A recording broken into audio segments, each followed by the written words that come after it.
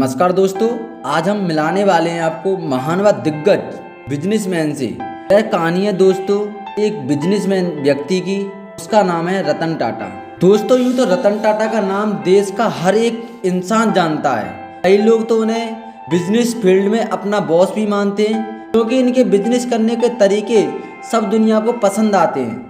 और दोस्तों रतन टाटा के बारे में बहुत सी ऐसी बातें हैं जिनको कोई नहीं जानता, शायद आप भी नहीं जानते। अगर आप भी जानना चाहते हैं रतन टाटा के बारे में और उनसे जुड़ी बातों के बारे में, तो इस वीडियो को लाइक कर दो और वीडियो के अंत तक बने रहो। दोस्तों सबसे पहले आपको बता दें कि रतन टाटा ग्रुप के फाउंडर जमशेदजी टाटा के मेंबर हैं। यह बात आपको जितनी सीधी लग रही है ना, उतनी सरल नहीं है, क्योंकि दोस्तों रतन टाटा के जो पिताजी थे उनका नाम नवल टाटा था और उनकी माता का नाम सोनी टाटा था। नवल टाटा के पिता जमशेदजी टाटा के बेटे रतनजी टाटा और बहू नवाबबाई ने इनको एक अनाथ आश्रम से गोद लिया था। हालांकि रतन टाटा जब 10 वर्ष के थे उनके माता पिता अलग हो गए। उसके बाद उनकी माँ नवाब बाई ने ही उनका पालन पोषण किया और उनकी देखभाल की। तो दोस्तों यह तो हो गई उनके जीवन से जुड़ी बात है। तो आपको हम ले चलते हैं उनके करियर एवं पढ़ाई के बारे में बताते हैं। दोस्तों उन्होंने आर्किटेक्ट डिग्री कर रखी है। उन्होंने आर्किटेक्ट डिग्री न्यूयॉर्क के यूनिवर्सिटी से प्राप्त की थी। शुरू से ही रतन टाटा पढ़ाई में बहुत ही मन लगता था और उन्होंने आर्किटेक्ट डिग्री में अपनी प्रैक्टिस भी बढ़ा दी। हालांकि उनकी किस्मत को तो और ही कुछ करना था और उन्होंने सोच रखा था कि मैं इस दुनिया में कुछ अलग ही करने वाला हूँ। तो तभी से उन्होंने और कुछ करने की सोच ली और आर्किटेक्ट डिग्री को छोड़ दिया, क्योंकि समय बीतने के साथ साथ उन्होंने अपने सपनों को देखते हुए फैमिली बिजनेस करना शुरू कर दिया। इसके बीच उनको IBM कंपनी में काम करने का मौका मिला। लेकिन दोस्तों आपको बता दें कि उन्होंने IBM कंपनी में काम करने से इनकार कर दिया और उसको ठुकरा दिया। फिर यह ऑफर ठुकराने के बाद रतन टाटा ने अपनी पहली जॉब 1961 में टाटा स्टील के नाम से प्राप्त की। वहां पर वो काम करने लगे और उनके 7 कर्मचारियों के साथ में वो काम किया करते थे। हालांकि छोटे से पद से शुरुआत करने के बाद 1991 में जब रतन टाटा ग्रुप के चेयरमैन बन गए और उन्होंने अपनी अच्छी मेहनत की और इसी मेहनत के कारण वो सक्सेस भी हो गए, तब उन्होंने अपने बिजनेस को रिसर्च के जरिए टाटा कंपनी को इंटरनेशनल पद पर ले गए। और दोस्तों टाटा ग्रुप के अंदर टाटा का अनुमान हम ऐसे लगा सकते हैं, तब रतन टाटा उस कंपनी से जुड़े थे तब वहाँ पर लॉस चल रहा था और उसके बाद उनके जुड़ने के बाद 40 गुना ग्रोथ किया और फायदा भी 50 गुना हुआ।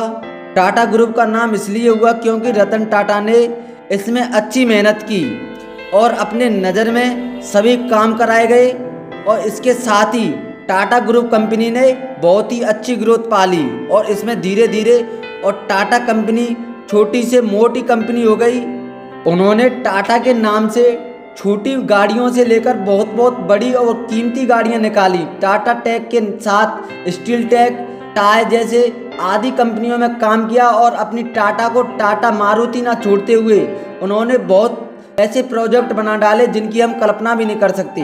दोस्तों शायद ही आपको पता होगा रतन टाटा को कुत्तों से बहुत ही प्यार है, इसीलिए उन्होंने मुंबई के हाउस में आवारा कुत्तों के लिए शरण देने की परंपरा भी है, क्योंकि बारिश के समय में कुत्तों का रहना अच्छा नहीं होता और वो भटकते रहते हैं। इसी को देखते हुए रतन टाटा ने अपने मुंबई के हाउस में उनको शरण देने के लिए सभी व्यवस्था की और कुत्तों को जो व्यवस्था होनी चाहिए थी वो उन्होंने सभी रूमों में उनको व्यवस्था दी है। हालांकि उनके 2 डॉग भी हैं, उनका नाम है टीटो और मैक्सिमम। दोनों उनके बहुत अच्छे डॉग हैं। दोस्तों रतन टाटा गाड़ियों का बिजनेस तो करते हैं, उसके साथ ही उनको गाड़ियां चलाने व गाड़ियों में घूमने का बहुत शौक है। इसीलिए उनके पास बहुत बड़ी बड़ी कारें हैं और बहुत बहुत कीमती कारें हैं। उनका फेवरेट कलर रेड माना जाता है, इसलिए वो लाल कलर ही गाड़ियों का पसंद करते हैं।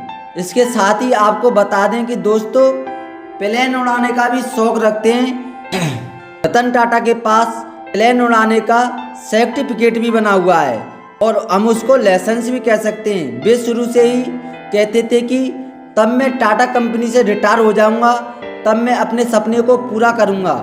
इस सपने को पूरा करने के लिए उन्होंने एक प्राइवेट हेलीकॉप्टर खरीद रखा है और उसको वो कभी कभी शहर करा लाते हैं। और दोस्तों रतन टाटा दूसरों के लिए कुछ ना कुछ करने की सोचा करते हैं। उन्होंने शुरू से ही लोगों को देखते हुए, उनकी मजबूरियों को देखते हुए उन्होंने बहुत ऐसे नियम निकाले हैं क्योंकि गरीबों को फायदा हो सके।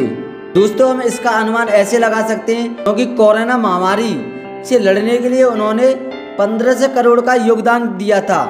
और इसके साथ ही हार्वर्ड बिजनेस बनाने के लिए उन्होंने $50 मिलियन दिए हैं, क्योंकि हार्वर्ड बिजनेस कोचिंग में उन्होंने शुरुआत में अपनी कोचिंग की थी, उसको देखते ही उन्होंने उसमें $50 मिलियन दिए हैं। और उस कोचिंग में उनके नाम से एक लैब भी बना हुआ है।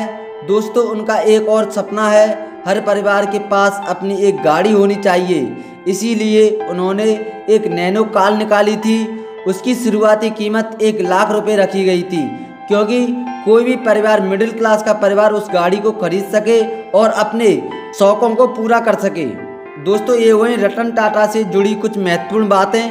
दोस्तों आशा करता हूँ आपको ये वीडियो अच्छी लगी होगी। अगर अच्छी लगी हो ना तो हमारे चैनल को सब्सक्राइब करके बेल आइकन को जरूर से दबा देना, क्योंकि भविष्य में आने वाली वीडियो आप तक सबसे पहले पहुंचा सकें। तब तक के लिए धन्यवाद।